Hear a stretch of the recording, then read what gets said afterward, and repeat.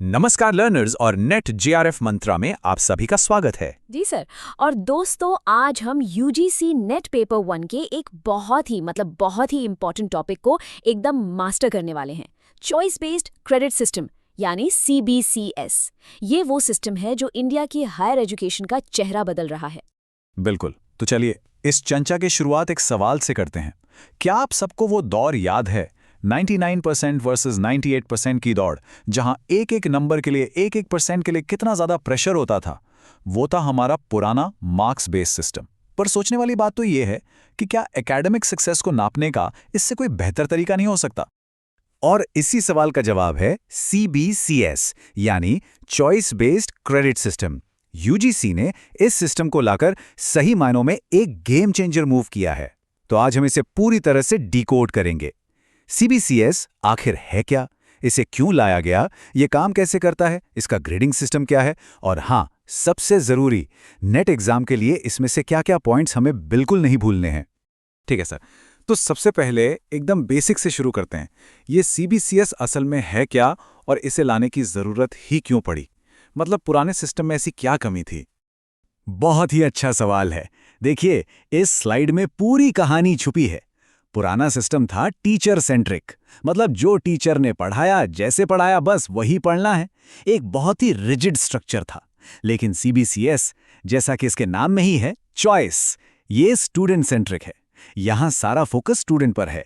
ये फ्लेक्सिबल है, मॉड्यूलर है, और सबसे बड़ी बात, ये आपको इंटरडिसिप्लिनरी सब्जेक्ट्स चुनने की पूरी आजादी देता है। मतलब अब कोई भी फिजिक्स के साथ म्यूजिक भी पढ़ सकता है। तो फोकस रट्टा मारने से हटकर स्किल डेवलपमेंट पर आ गया है।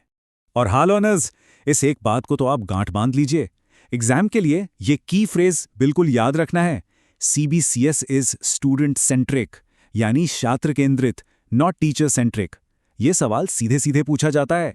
Got it sir, student centric तो क्यों आया ये तो समझ आ गया, पर ये सिस्टम असल में काम कैसे करता है? मतलब इसमें ये जो कोर्सेज और क्रेडिट्स होते हैं, इनका क्या स्ट्रक्चर है? CBCS में मोटे तौर पर 3 तरह के कोर्सेज होते हैं। पहला है कोर कोर्स। ये तो आपके मेन सब्जेक्ट के कंपलसरी पेपर्स हैं।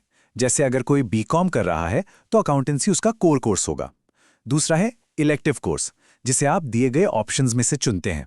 ये आपके मेन सब्जेक्ट से जुड़ा भी हो सकता है या फिर किसी बिल्कुल ही अलग फील्ड से भी हो सकता है। और तीसरा है फाउंडेशन कोर्स। इसमें 2 हिस्से हैं, एबिलिटी एनहांसमेंट और स्किल एनहांसमेंट, जो आपकी कम्युनिकेशन या दूसरी स्किल्स को बेहतर बनाते हैं। सर, आपने अभी क्रेडिट शब्द यूज किया। ये क्रेडिट आखिर है क्या? इसका मतलब क्या होता है? Excellent question. देखिए, क्रेडिट जो है वो कोर्स के वर्कलोड को नापने की एक यूनिट है। ये बताता है कि एक हफ्ते में किसी सब्जेक्ट को कितने घंटे पढ़ाने की जरूरत है। यूजीसी की गाइडलाइंस के हिसाब से 1 घंटे का लेक्चर या ट्यूटोरियल 1 क्रेडिट के बराबर होता है, और वहीं 2 घंटे के प्रैक्टिकल काम को 1 क्रेडिट माना जाता है। So the crucial point is credit is link to teaching hours. चलिए अब इसके सबसे टेक्निकल हिस्से पर आते हैं, इसका इवैल्यूएशन और ग्रेडिंग सिस्टम। यहां पर थोड़ा ज्यादा ध्यान देने की जरूरत है, क्योंकि इससे कैलकुलेशन बेस्ड सवाल भी बन सकते हैं। यह है यूजीसी का 10 पॉइंट ग्रेडिंग स्केल। इसे मार्क्स और परसेंटेज की वो जो रेस थी, उसे खत्म करने के लिए ही लाया गया था। यहां ध्यान से देखिए, अगर किसी के मार्क्स 90 से 100% के बीच हैं, तो उसे मिलेगा O ग्रेड, जिसका ग्रेड पॉइंट है 10 यानी आउटस्टैंडिंग।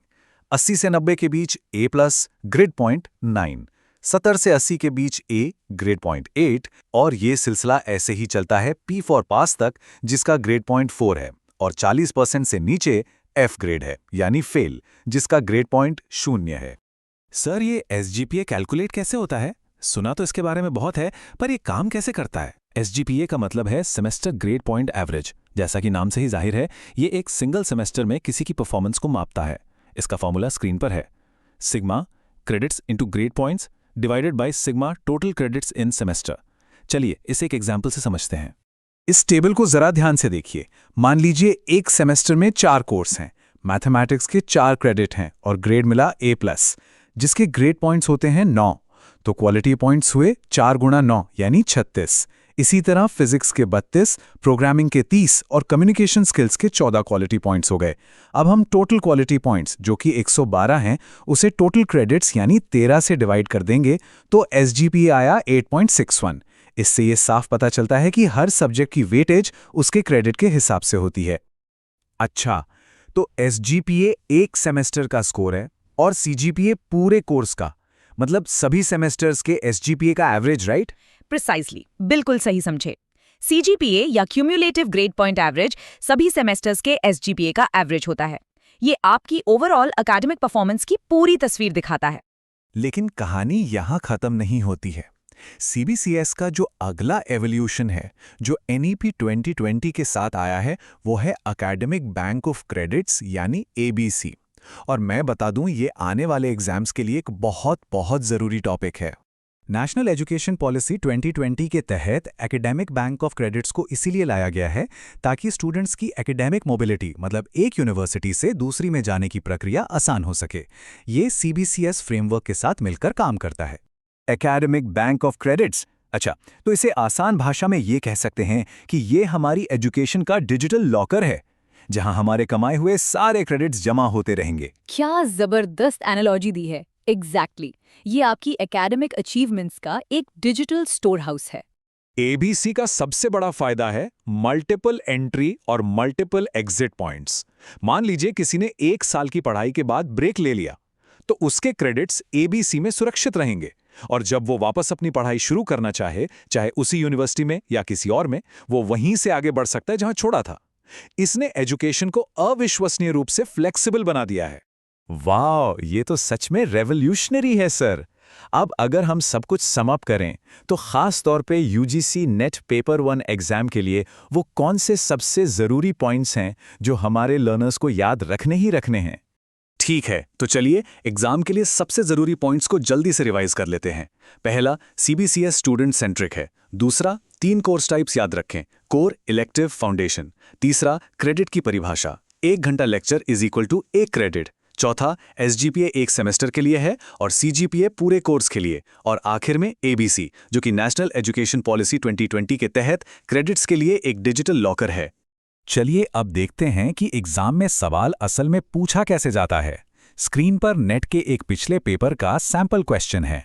देखिए, यहाँ सीबीसीएस के नेचर के बारे में स्टेटमेंट बेस्ड क्वेश्चन पूछा गया है। अगर आपके कॉन्सेप्ट्स क्लियर हैं, तो इसे सॉल्व करना बहुत आसान है। तो आज के इस सेशन को एक विचार के साथ समाप्त करते हैं। सीबीसीएस और एबीसी जैसे सिस्टम्स के आने से क्या हमारी शिक्षा का भविष्य एक बार की डिग्री लेने के बजाय एक पर्सनलाइज्ड लाइफ लॉन्ग जर्नी बन रहा है? इस पर सोचिएगा जरूर।